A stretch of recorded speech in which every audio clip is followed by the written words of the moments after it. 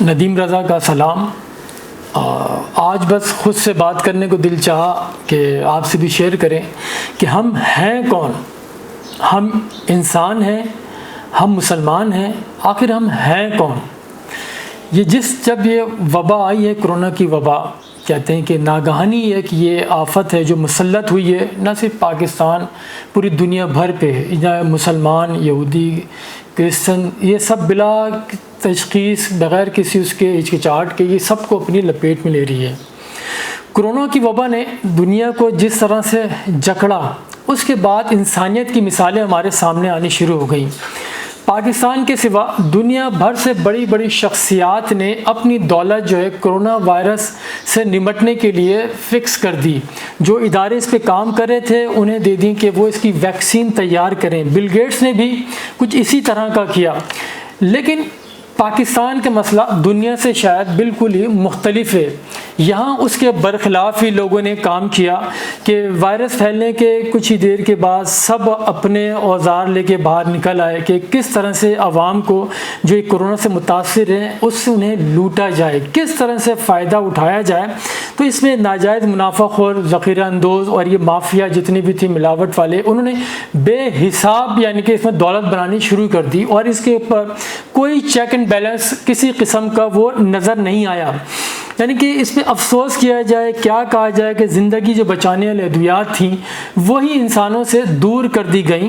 ڈاکٹروں کو بھی مجبور کیا گیا کہ بغیر وہ کسی حفاظتی انتظامات کے وہ مریضوں کو دیکھیں۔ ایک طرف ڈاکٹر جو ہے بغیر کسی اس کے لازمی چیزوں کے مریضوں کی زندگیاں بچا رہے تھے، دوسری جانب جو مافیا جو متحرک ہو گئی تھی، سینیٹائزر کی ضرورت ہوئی تو اسے مہنگا کر دیا، ماسک جو 5 روپے کا ملا کرتا تھا اسے 50 روپے کا کر دیا۔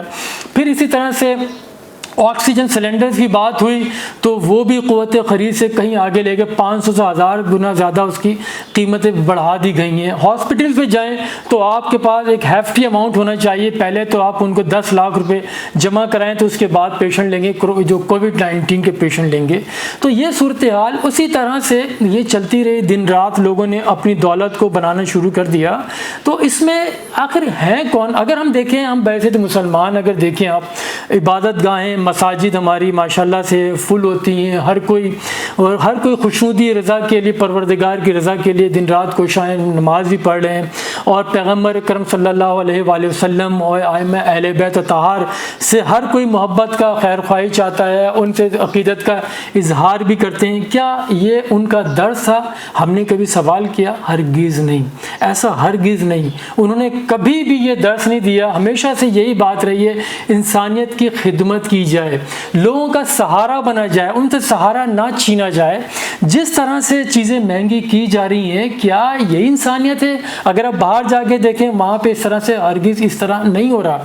جب پلازما آیا، آگے بڑھے، پلازما آتا ہے تو اس کی قیمتیں لگنی شروع ہو گئیں۔ چلے یہاں بھی چل ٹھیک ہے، جس کے پاس پیسہ ہے وہ کر لے گا، لیکن ایک حیرت انگیز بات اس وقت سامنے آتی ہے کہ جب پلازما کے کوئی لینے کے لیے جاتے ہیں تو مسلک کی بنیاد پر منع کر دیا جاتا ہے۔ اس سے آپ کیا کہیں گے؟ یہ پستی کی کون سی مثال ہے؟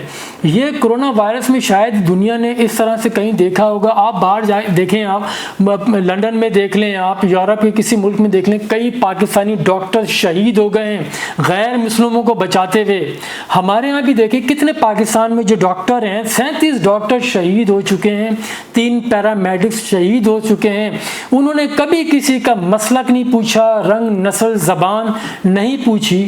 ہم یہ کر کیا رہے ہیں؟ جب حکومت کہتی ہے کہ SOPs کی پاسداری کریں، ہم وہ نہیں کہتے۔ ہم کہتے ہیں کہ کرونا ہے، یہ وبا ہے، یہ جانے لے گا، ہم نہیں مانتے، ہم سنجیدہ نہیں ہوتے۔ جب لاک ڈاؤن کرتے ہیں تو ہم بولتے ہیں کہ اس کی خلاف ورزی کرنے میں فخر محسوس ہوتے ہیں۔ تو یہ آخر سب کچھ ہو کیا رہا ہے؟ جب آپ ان پہ عمل درآمد نہیں کریں گے تو نقصان تو آپ کو بھگتنا پڑے گا۔